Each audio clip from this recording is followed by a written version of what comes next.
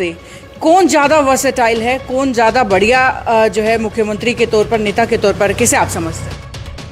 BJP के जो नेता है, तमाम नेता, वो कहीं ना कहीं ये कह रहे हैं कि जो लोग कह रहे हैं कि हम सरकार बनाएंगे, आप पर सीधा निशाना साधते हैं, वो अपने अब तक कैंडिडेट ही नहीं दे पाए। अगर हम एक सीट को छोड़ दें, वो कह रहे हैं कि हाईकमान कोई नाम देता है, शाम तक उनके नेता मना कर देते चुनाव लड़ने से, कि तो चुनाव लड़ने से ही भाग रहे, मैदान में नहीं आना चाह रहे।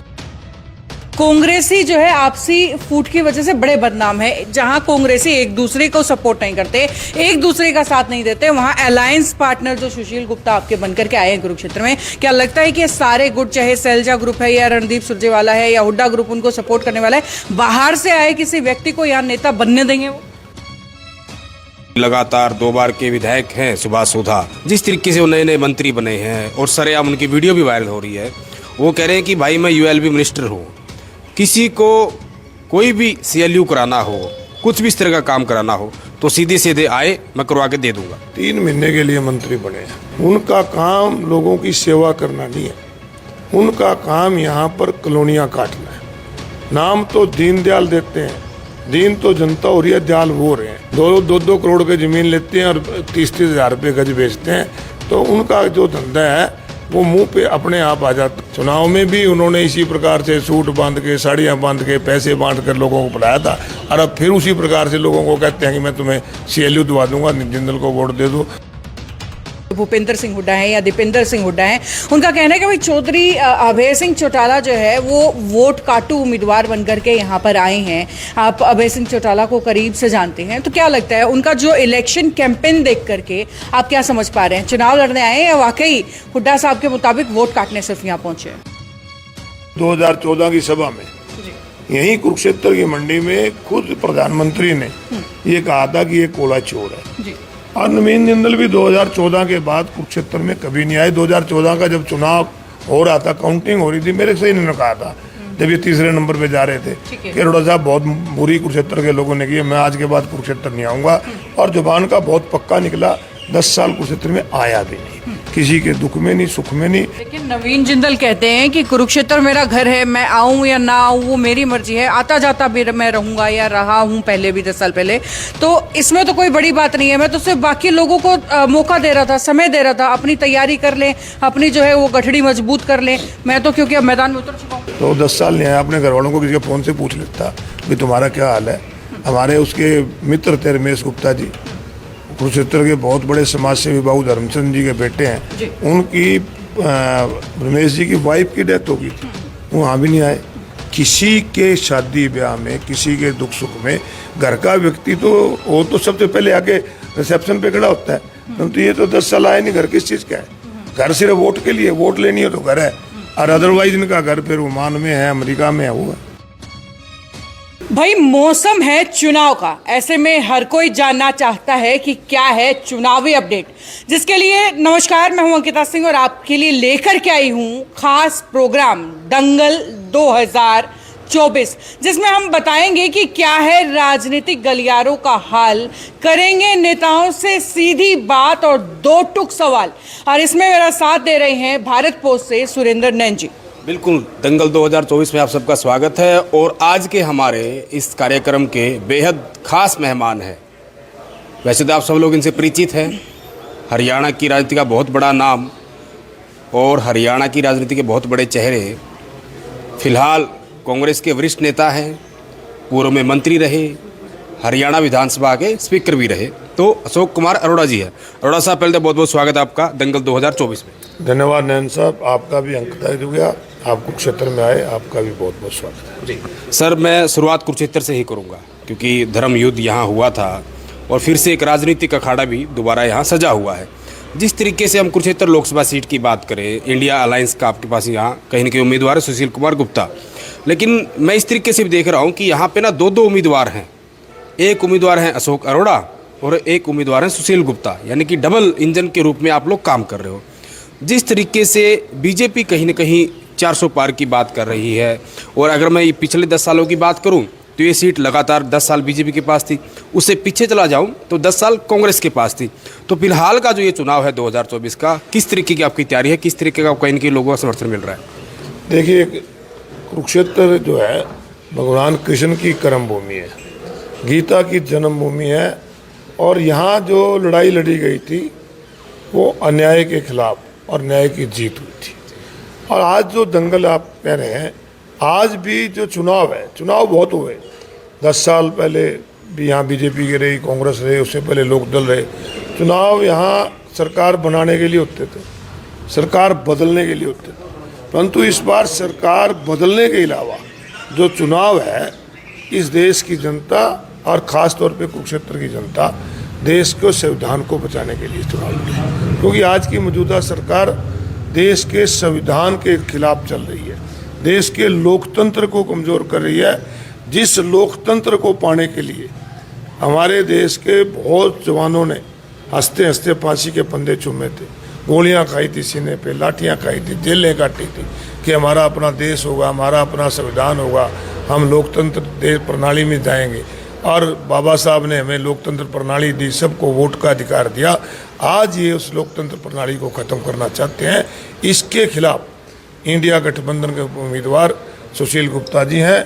आपने कहा दो उम्मीदवार नहीं, हम जो है कांग्रेस पार्टी के सभी कार्यकर्ता, आम आदमी पार्टी के प्रत्याशी जो इंडिया गठबंधन के प्रत्याशी हैं, उनके लिए काम कर रहे हैं। और निश्चित रूप से कुरुक्षेत्र की जनता इस बार इंडिया गठबंधन के प्रत्याशी को जिताएगी। जी, मेरा डबल उम्मीदवार का मीनिंग यही था अरोड़ा साहब, क्योंकि यानी कि डबल पावर के साथ आप काम कर रहे हो। सुशील अरोड़ा के साथ कहने कि आप हनुमान बन के साथ लगातार चल रहे हो, क्योंकि ये कुरुक्षेत्र का पूरा इलाका कई सालों का 3-4 दशक की आपकी राजनीति हो चुकी है, तो सारा का सारा इलाका आपके कहीं कि आपको अच्छे से जानता है।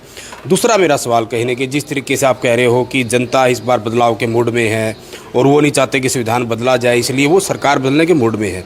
लेकिन बीजेपी के जो नेता है, तमाम नेता, वो कहीं ना कहीं ये कह रहे हैं कि जो लोग कह रहे हैं कि हम सरकार बनाएंगे, आप पर सीधा निशाना साधते हैं, वो अपने अब तक कैंडिडेट ही नहीं दे पाए। अगर हम एक सीट को छोड़ दें, वो कह रहे हैं कि हाईकमान कोई नाम देता है, शाम तक उनके नेता मना कर देते चुनाव लड़ने से, कि तो चुनाव लड़ने से ही भाग रहे, मैदान में नहीं आना चाह रहे। जो लोग अपनी पार्टी की बात करके दूसरी पार्टी की बात करते हैं, कहीं ना कहीं वो अपनी कमजोरी जाहिर करते हैं। जिनके पास अपने प्रत्याशी ना हो, वो दूसरे के बारे में ये बात कहीं अच्छी नहीं लगती। आप कुरुक्षेत्र सीट की बात करोगे, जो नवीन जिंदल जी उनके यहाँ प्रत्याशी आए हैं, 20 मिनट पहले कांग्रेस पार्टी से बीजेपी ज्वाइन करी और फिर टिकट दे दिया। और चौधरी रंजीत सिंह तो सारी परंपराएं ही भूल गए कि जो व्यक्ति इंडिपेंडेंट एमएलए होता है, किसी भी पार्टी में शामिल होगा तो पहले उसको अपने एमएलएशिप से रिजाइन देना पड़ता है। आज तक उनका रिजाइन नहीं दिया और मुझे हैरानी है हरियाणा विधानसभा के अध्यक्ष पे कि उन्होंने उसको डिस्क्वालीफाई नहीं किया। उनका त्यागपत्र स्वीकार नहीं, उनको डिस्क्वालीफाई करना चाहिए था। तो कांग्रेस पार्टी के पास मजबूत टीम है, मजबूत उम्मीदवार है, एक जगह कई बराबर के उम्मीदवार हैं। तो ऐसे में निश्चित रूप से एक समय लगता है कि किसको सिलेक्ट किया जाए। कोई ऐसी बात नहीं है, कांग्रेस पार्टी का प्रोसेस स्क्रीनिंग कमेटी ने कर दिया है और वो चलेगा आगे। परंतु मैं जो आपको कहना चाहता हूँ कि इस बार मैं जो पहले आपको गई थी लोकतंत्र, आपको भी बहुत लंबा समय हो गया पत्रकारिता करते, मैं जानता हूँ, हमें भी बहुत लंबा समय हो गया लोगों के बीच में रहते हुए। पहली बार मैंने देखा कि पार्टियां जो हैं अपना घोषणा पत्र जारी करती हैं। कोई घोषणा पत्र को संकल्प पत्र कह देते हैं, कोई पार्टी का मैनिफेस्टो कह देते हैं, परंतु पहली बार है कि किसी व्यक्ति का नाम, कि मोदी की गारंटी है ये लोकतंत्र की से हमें राजतंत्र की तरफ दोबारा ले जा रहे हैं। चलिए, उसके बाद अरोड़ा साहब, मैं अपने सवालों की शुरुआत करती हूँ एक ट्रिक क्वेश्चन से। एक ऑप्शन में जवाब देना है आपको। बड़ा लंबा राजनीतिक अनुभव आपका रहा है, दो पूर्व मुख्यमंत्रियों के साथ जो है आप रहे हैं, एक के साथ आप ही फिलहाल हैं और ओम प्रकाश चौटाला जी के साथ आप पहले रहे हैं। आपके हिसाब से, आपकी समझ से कौन ज़्यादा वर्सेटाइल है, कौन ज़्यादा बढ़िया जो है मुख्यमंत्री के तौर पर, नेता के तौर पर, किसे आप समझते हैं? देखिए, मैं एक स्वर्गीय पंडित भगवत दयाल शर्मा जी और एक स्वर्गीय चौधरी वीरेंद्र सिंह राव वीरेंद्र सिंह को छोड़ के हरियाणा प्रदेश के जितने मुख्यमंत्री रहे हैं, मैंने को सबके साथ काम करने का मौका मिला, सबको देखने का मौका मिला जी। हरियाणा प्रदेश की प्रगति में जितने भी पहले मुख्यमंत्री रहे हैं, सबका कहीं ना कहीं योगदान है। किसी का थोड़ा है, किसी का ज़्यादा है, परंतु जो है अब पीछे मुख्यमंत्री 9.5 साल के थे, इन्होंने जो राज किया वो अहंकार से किया। पहले मुख्यमंत्रियों ने सेवा से किया, इन्होंने अहंकार से किया जी। और अहंकार किसी का नहीं रहा। और यही कारण है कि चलते चुनाव में युद्ध में कभी घोड़े नहीं बदले जाते, चलते चुनाव में इनको बदलना पड़ा। इनके खिलाफ एंटी इनकम्पेंसी थी और ये चेहरा बदल के लोगों को धोखा देना चाहते हैं, परंतु लोग जो है चेहरा नहीं सरकार बदलना चाहते हैं। परंतु जहाँ तक आपने मुख्यमंत्रियों की बात की, मेरा सबके साथ अच्छा अनुभव रहा। मुझे तो हरियाणा प्रदेश के जहाँ हर व्यक्ति से इज्जत मिली, हर नेता से इज्जत मिली। पर फिर भी एक सवाल का जो जवाब कि वर्सेटाइल किसे सबसे ज्यादा मानते हैं? मैं कहता हूँ कि मैंने कोई इसमें वो नहीं, हर एक का अपना तरीका होता है काम करने का। हमने चौधरी ओम प्रकाश चौटाला के साथ भी काम किया, उनका अपना एक तरीका था, जो काम लोगों के बीच में जाके करते थे, अच्छा करते थे। चौधरी भूपेंद्र सिंह हुड्डा को मैंने देखा कि हम विपक्ष में होते थे। मैं 2009 से 14 तक विपक्ष का एमएलए था और चौधरी भूपेंद्र सिंह हुड्डा जब नौकरियां निकाली हुई थी और नौकरियां नहीं मिल रही थी तो ठेके पे लगा रहे थे, तो मैंने उनसे कहा कि सीएम साहब आप ठेके में नौकरियां लगा रहे हो, परंतु ये युवाओं के भविष्य के साथ खिलवाड़ है। तो उन्होंने कहा कि काम का अर्जा ना हो, तो मैं इसलिए लगा रहा हूँ। मैंने कहा फिर इसमें आरक्षण दो। उन्होंने ठेके की नौकरियों में भी आरक्षण दिया, एक विपक्षी एमएलए की बात को मान के। मतलब वो जितना अपने पक्ष की करते थे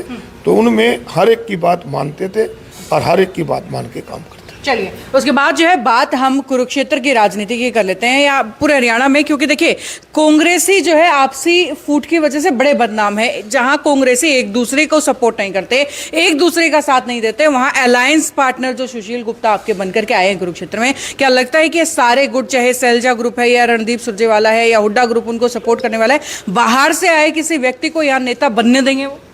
आप कांग्रेस के आपस की बात कर रहे हो, आपने खुद ही कहा कि दूसरी पार्टी का है और कांग्रेस का हर कार्यकर्ता अपने को सुशील गुप्ता समझ के काम कर रहा है। इससे ज्यादा उदाहरण क्या होगा? बिल्कुल अरोड़ा साहब, आपके लिए एक और धर्म संकट है, क्योंकि अगर मैं आपकी पहले की राजनीति की बात करूं, लंबे समय तक आप लोकदल में रहे और जहां तक मुझे याद है कि वो दौर चौधरी देवलाल के साथ आपने राजनीति शुरू की, सीखी उनसे, लेकिन फिर से चलो आप दूसरा पायदान यानी कि आप अभी कांग्रेस में हैं। लेकिन कहीं न कहीं धर्म संकट जो आपके सामने है, हालांकि अभय सिंह चौटाला और आपके तो बड़े अजीज़ हैं, पहले भी थे अब भी हैं, और जिस तरीके से 2004 में वो चुनाव यहाँ लड़ने आए तब भी यहाँ सारा जोर आपका था, फिर से वो यानी कि चुनावी मैदान में है, वो सीधा सीधा ये कह रहे हैं आपके कैंडिडेट को लेकर कि भाई यहाँ तो दो बणिये और एक जाट की लड़ाई है, यानी कि वो कह रहे हैं कि बणिया और किसान की लड़ाई है और इसमें जो किसान हो आगे निकल जाएगा। जहाँ तक सुरेंद्र जी आपने धर्म संकट की बात की, कोई धर्म संकट नहीं। अशोक अरोड़ा जिस पार्टी में खड़ा, अब से लेके जब से शुरू किया था, हमने पार्टी की साथ निभाई है, पार्टी का साथ दिया।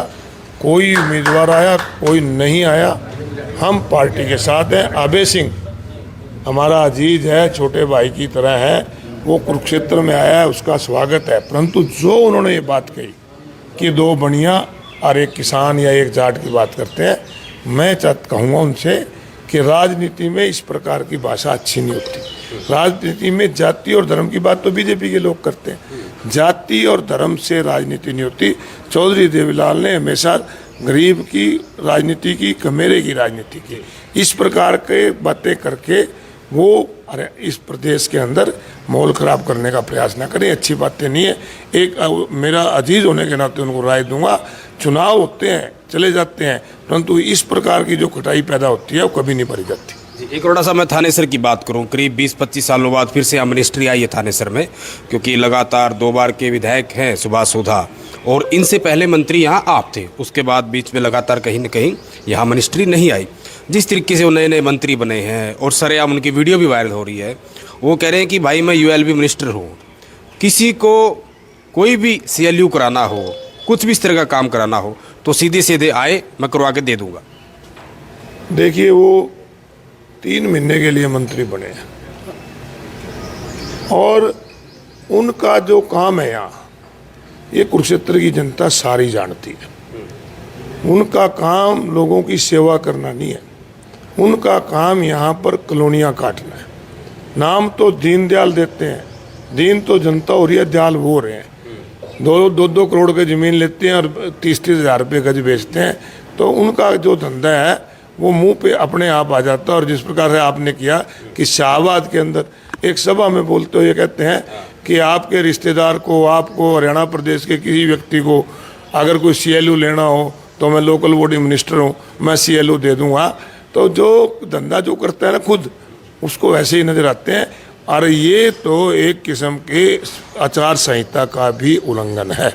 तो क्या मतलब कांग्रेस इसको लेके कोई चुनाव आयोग को या कोई शिकायत करेगी? निश्चित रूप से इसकी शिकायत चुनाव आयोग को की जाएगी कि ऐसा एक व्यक्ति जो पब्लिकली ये कहता है एक लोगों को, क्योंकि वो तो चुनाव भी इस प्रकार जीतते हैं ना, चुनाव में भी उन्होंने इसी प्रकार से सूट बांध के, साड़ियाँ बांध के, पैसे बांट कर लोगों को बुलाया था।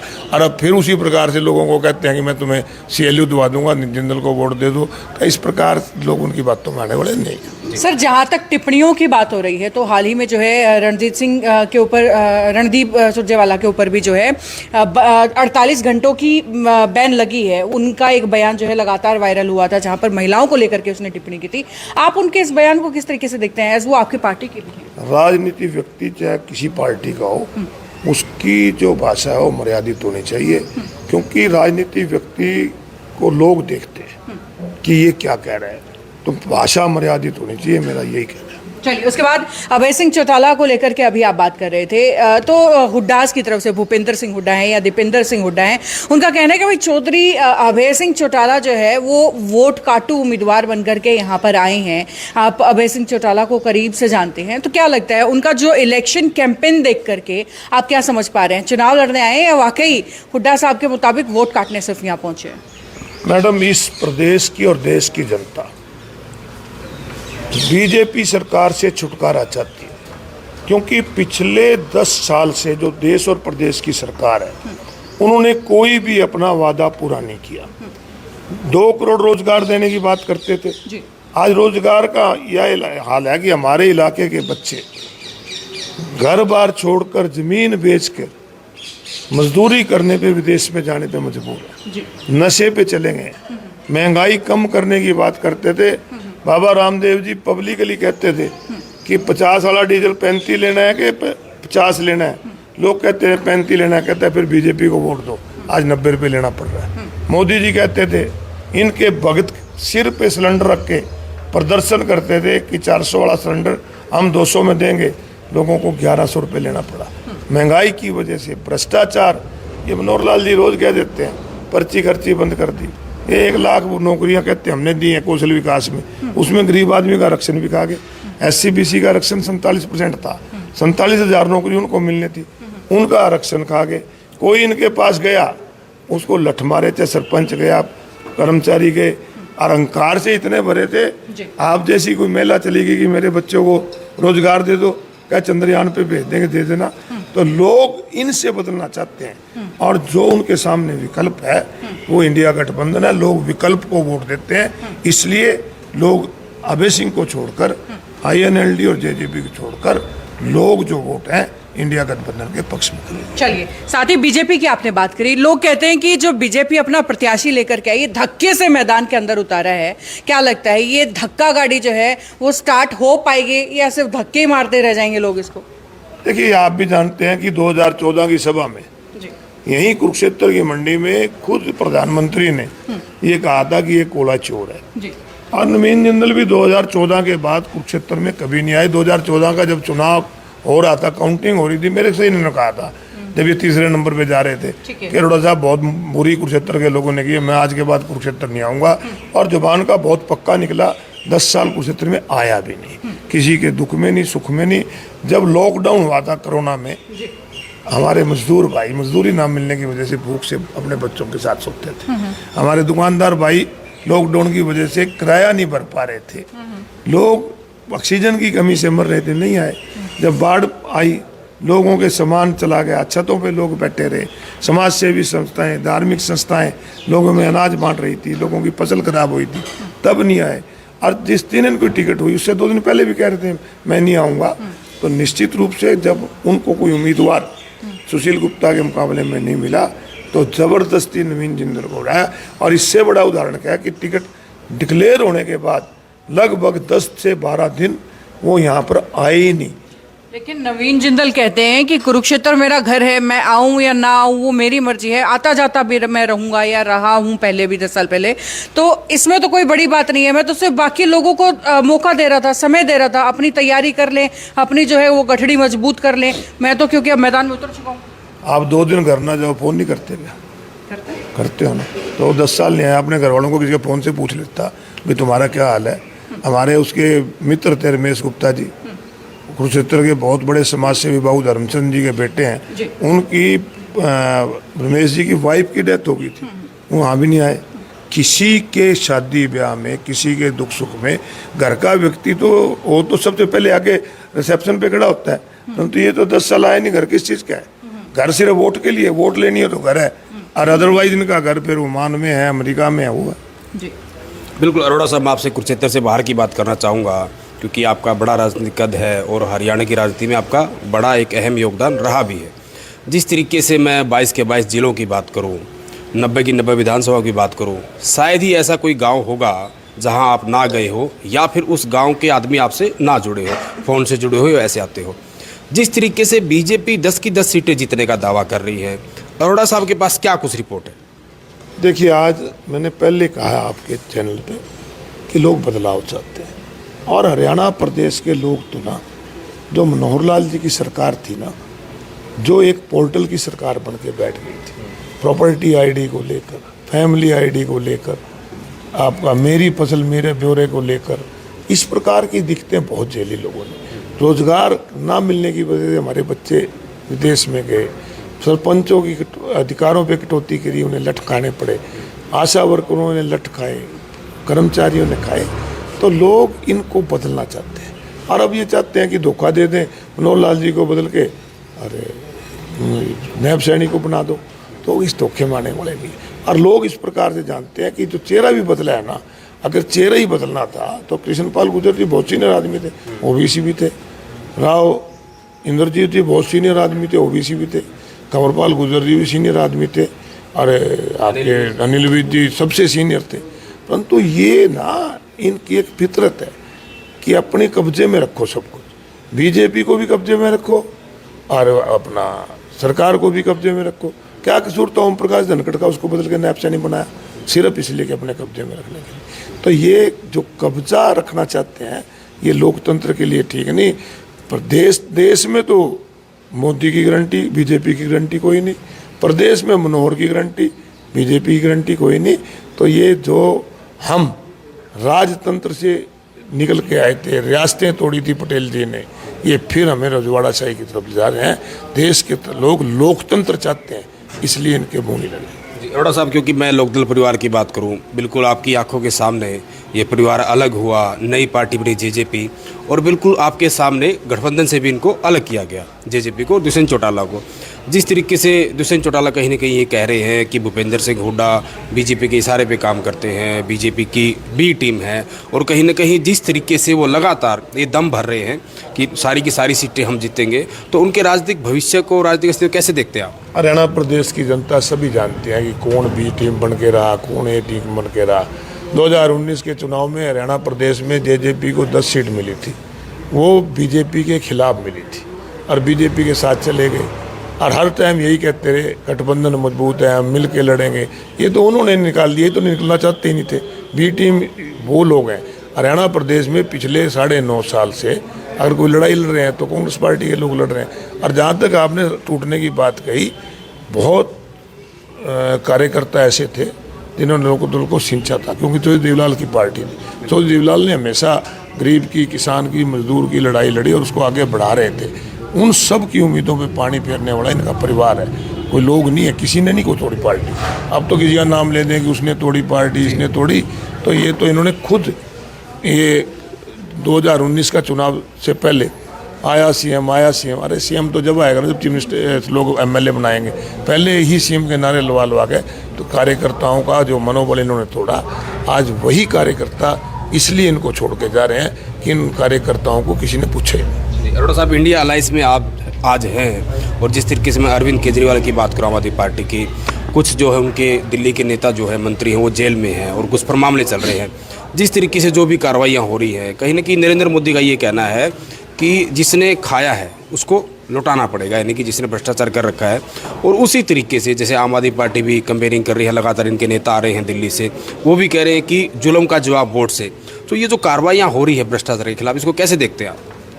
देश के सर्वोच्च न्यायालय ने जब एसबीआई को ये कहा कि किस किस ने चुनावी चंदा किस किस पार्टी को कितना दिया है, उसकी लिस्ट जारी हो, और चुनाव आयोग ने जब वो लिस्ट जारी करी उसमें 8,500 करोड़ रुपया बीजेपी को चंदा दिया गया। और ऐसी बहुत कंपनियां हैं जिन्होंने चंदा के बदले धंधा लिया। वो इंजेक्शन लगता था ना इसमें कोरोना के अंदर, एक उस कंपनी से भी 500 करोड़ रुपये लिए, जो डायल इंजेक्शन 150 का था 600 में बेचना पड़ा, और लोगों को ब्लैक में 25-25 हज़ार का लेना पड़ा। कई दवाइयाँ की कंपनियाँ ऐसी हैं जिनके सैंपल फेल हुए, और कई कंपनियाँ तो ऐसी हैं जिनका प्रॉफिट 0 और उनसे चंदा ले लिया। वो जब लोगों में भ्रष्टाचार की बात गई, उसको दबाने के लिए, उसके ध्यान हटाने के लिए केजरीवाल को बंद कर दो, ताकि केजरीवाल की गिरफ्तारी की चर्चा शुरू हो जाए। कांग्रेस के खाते सील कर दो ताकि लोग चर्चा इसी की करें।